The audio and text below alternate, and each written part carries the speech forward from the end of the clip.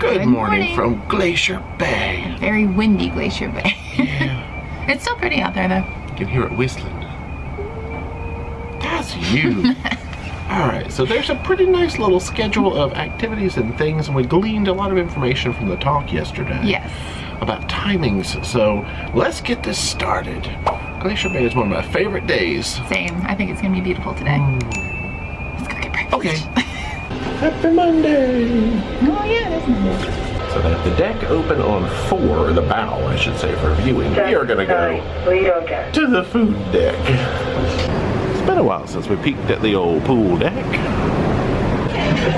Breakfast has been acquired. And now, uncharted territory. Welcome to deck 10. Up here we should find the crow's nest. So this is kind of an observatory concept.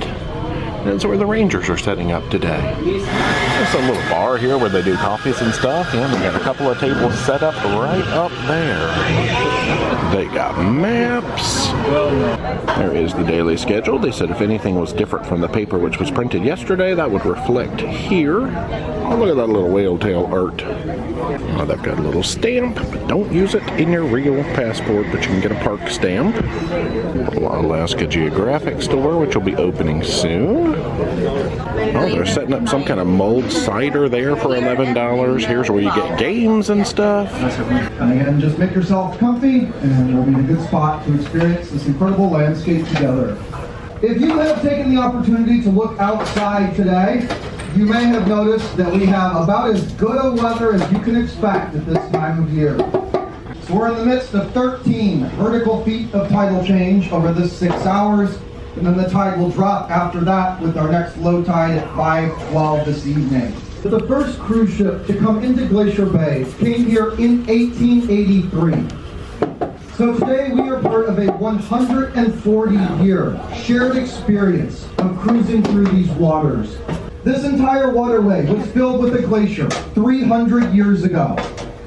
And the Kodiak lived on a flat, sandy outwash plain that encompassed much of what is now Lower Glacier Bay.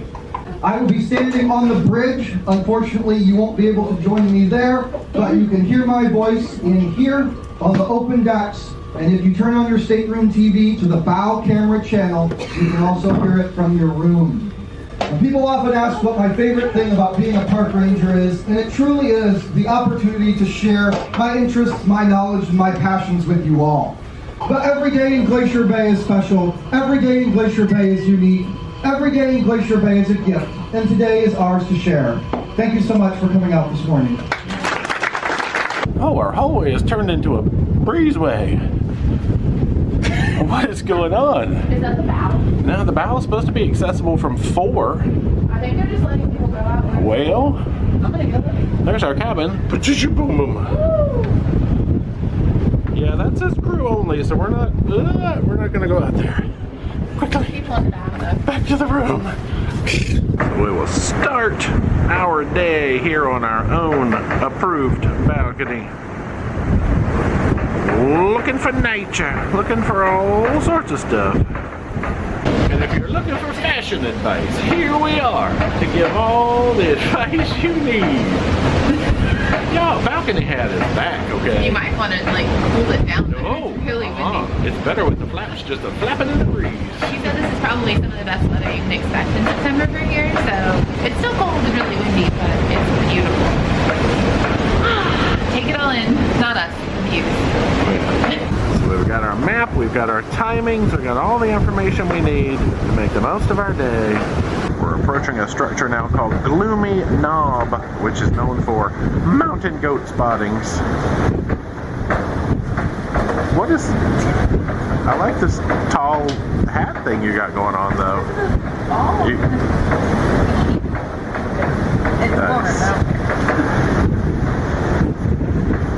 Alright, y'all, look how gloomy this knob is. Let's see if we see any goats. See if I can hold this camera still in the breeze. Good luck. Man, there's probably 16 and a half goats up there. I don't want to know why there's only half a goat, but... Whoa, wind. Oh, I think those little white specks down there are moving, so I'm going to say those are goats. Let's see if we can get them on the photos by Dee. Yes, we are espying a few little goats, some up on that ridge. Here's the couple more down there that we saw earlier, which are kind of moving around. That's not too bad. That's as close as I can get, though. I think we got some little goaty dots up there. You can kind of see them against the green. All right, gloomy goats, the adventure continues. So we got a little ways until we get up here to the Margerie area.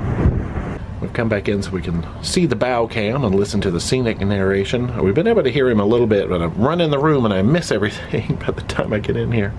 It's too windy to hear outside. Yeah, not too many people on the bow right now.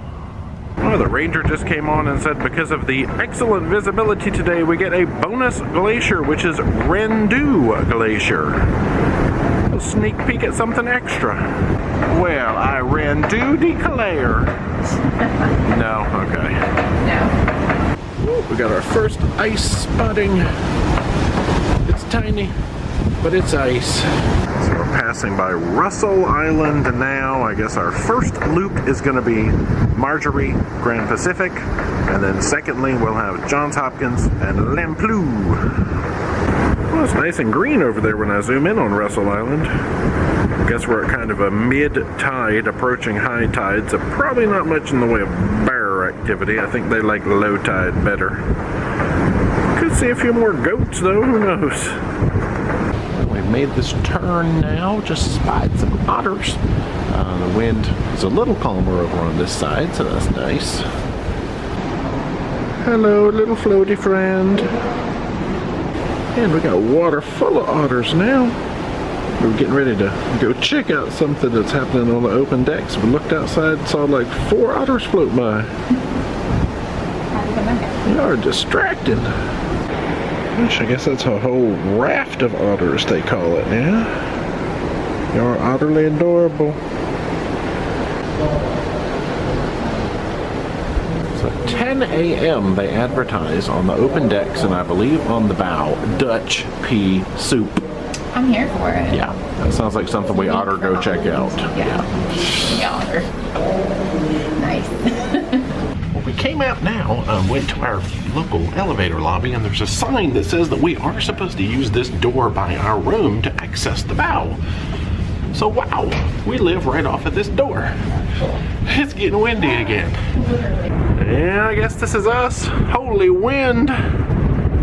Well, this is not the bow, I guess. So you must be able to get to the front of 4 also, because that's what all that party down there is.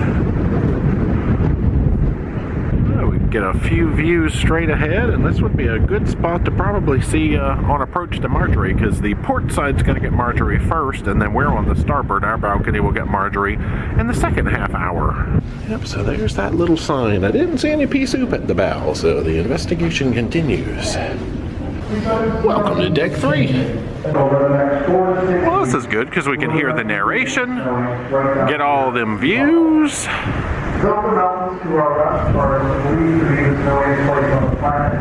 Hey, we found the soup man. How is your soup experience? Good. It's very thick. It's warm. It's seasoned well. It's perfection with a beautiful view. That's all it's summed up. Yeah, we haven't had this soup since, well, it's Noordam, where they have the Grand Dutch Cafe. So glad to see this soup. But not with these views. Oh, that's true. And now, inside time. Now, this could be quite the popular spot. Oh, all these goodies. Oh, we got some carrot financiers, they were called. Them are some fancy muffins. And Americanos. Yay, glacier viewing time. Well, we have returned to balcony mode. We should be up here in the Margerie area, I'd say within the next half hour or so. Well, the ship is slowing. I see we've reached the end of the road here, so we're kind of looking in the direction of the Grand Pacific Glacier right now. Ooh, feel those winds coming off of Grand Pacific. Margerie would be off to our left, which we can't see her quite yet. All right, let's brave the wind and head out here to the bow. Let's see how much wind I can block. All right, so now over to the left-hand side. There she is. So we'll sit here for 30 minutes in this position and then rotate so she'll be off our balcony for about 30 minutes. Yeah, we can see all the way, curving toward the back there. Little cloud cover. Kind of makes her look a little bluer with the cloud cover, I guess. Back to the cabin. The starboard balconies will have a very short glimpse of the glacier when we turn around and start sailing away. We will be not able to turn ship around and hold its starboard side to the glacier during the very strong winds. Well, we just got the update. They were expecting, I think the captain said 7-knot winds, and they are getting 30-knot winds. So they're not able to flip us around and hold it so that our side is going to be able to see the glacier. So we will get a little peeky peek as we sail away. But I guess that means they'll just keep it on the port side for about an hour, and then we'll just spin and vroom. Updates. Oh, we have started rotating sooner than expected. So I'd say maybe they stayed still here for about a half an hour. Now we're going to get our flippy on, but safety first. We don't want to crash into a glacier. You know what I mean? Yeah, I can feel that wind. All right. Well, here comes Margerie, peeking around the front of the ship. Not much in the way of calving activity today. I don't know if it's just a little too chilly. Well, so here is the entire view from Grand Pacific on over to Margerie. I guess we're still going to try to do the Johns Hopkins approach. We'll see Lamplugh a little later on.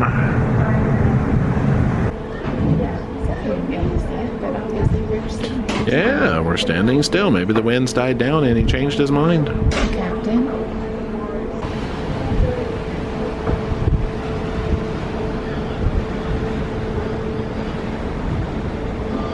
Well, we've officially started sneaking forward, so now we're going to round the turn and head over to Johns Hopkins land.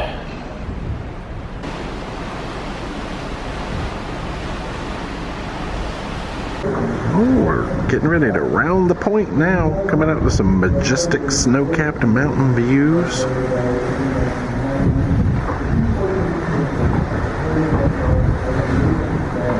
I keep seeing things in the water. It's just dirty ice, I think. Oh, we're also getting our first little glacier peak here of this segment of the journey. That was Lamplugh we caught a glimpse of a minute ago. We're officially in Johns Hopkins Inlet, and they said there's 2 factors that are going to determine how far we get to go up here today. One is ice in the water, and the other is seals. Apparently this is like a seal pupping zone, so we'll see.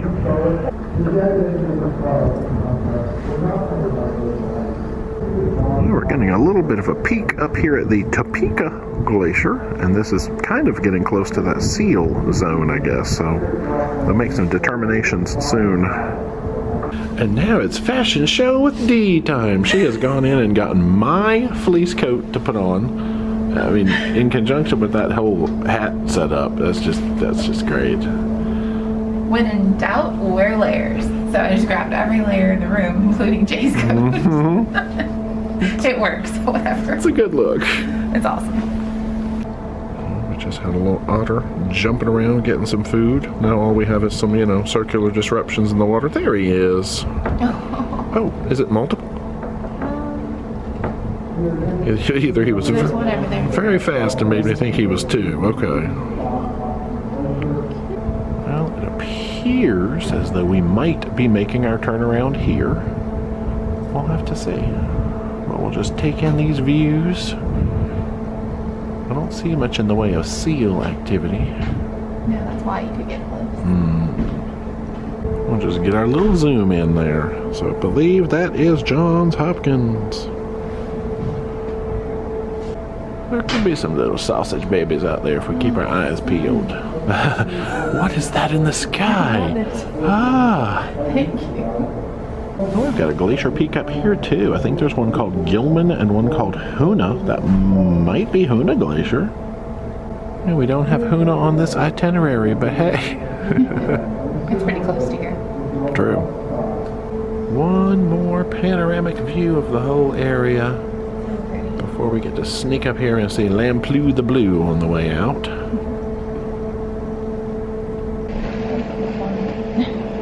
does look like a swan. Have a nice day.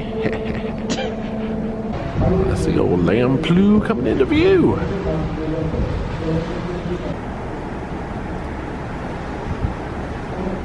There is a little better look at Lamplugh. Now, fun fact that we learned about Lamplugh: at high tide, it is a tidewater glacier because it touches the water, and at low tide, or kind of like now, you can see it's not really touching the water, it's on land. So it's a part-time tidewater glacier. And I guess they told us this might be one of the last years that it actually is considered a tidewater glacier, because, you know, eventually high tide will come and it will be receded back and it won't touch the water anymore. You'll still be able to see it. It just won't be a tidewater glacier. Lamplugh the blue. Lamplugh. And with that, we have completed most of the objectives of our Glacier Bay day. There's a couple of wildlife spotting opportunities coming up later, but from here we will head on out, and then probably right ahead of dinner time we'll be in kind of a sea lion ottery kind of area. So I think we're going to take a break from the gazing, let Dee fall down a little bit, go get some blood pumping. Let's get you to the fitness center. Yeah. Man, we could just stay right inside and just look at glaciers out the door. How about that? All right, gym time. We'll catch up with you all in a little while. Bye.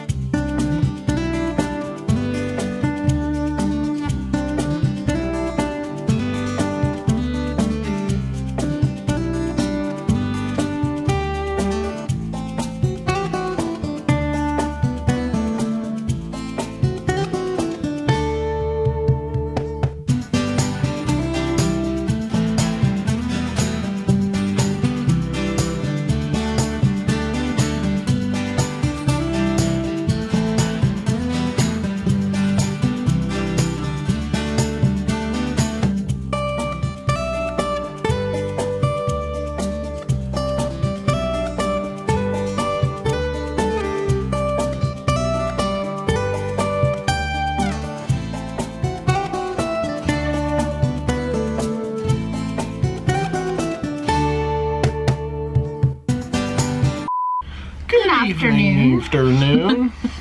It is kind of in that middle zone. Yeah. Actually, it is more afternoon. You're right. We are not fully ready for dinner or anything like that, but we've jumped into fresh and clean. Yes. So one thing we've noticed around the ship is they have happy hour. They have happy hour a lot. Yeah, every day at 4 p.m. to 5 p.m. and then again at 9 p.m. and it's at certain bars, so you just have to check your schedule to know where it is. But it's like half price drinks. Yeah, anything up to Really $11. So yeah. I know right now it's supposed to be going on at the Ocean Bar and the Billboard. So I think we're going to check out some of that excitement. What else? Who knows?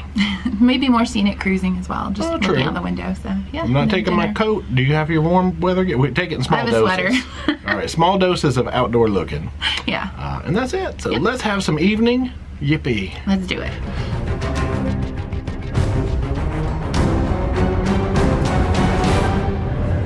Casino closed because of Glacier Bay. There's some scenic cruising views right there. So we've actually decided to try these top two on the menu. Dee has gone for the fashionista. You know, That is that's pretty me. in pink. And we got some snacks, of course. I got the Tuscan lemon drop, which I think normally comes as a martini, but he asked if I'd like it on the rocks, and I said, yes, please. That's probably easier to carry. I didn't know he had to carry I know, I didn't know that either. too. But it's good. It's refreshing. $10.75. That's right. Buy one, get one. Yeah. Go Holland. And now it is time for the dinner.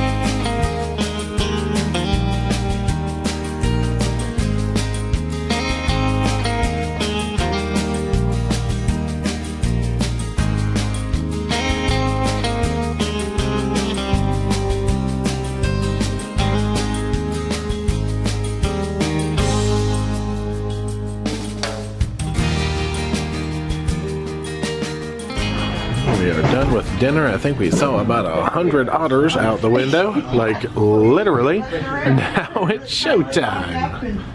Welcome to World Stage. So this show is called In Cahoots with the Allens. Magical.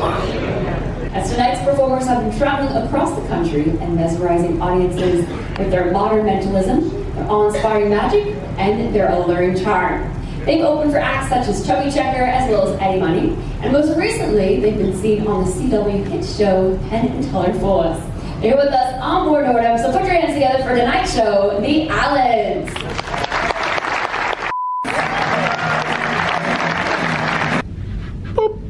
We've come back to the cabin and got a whole bunch of papers about tomorrow, Skagway, where apparently we will be tendering from our section of the railroad dock past the rock slide area to shore.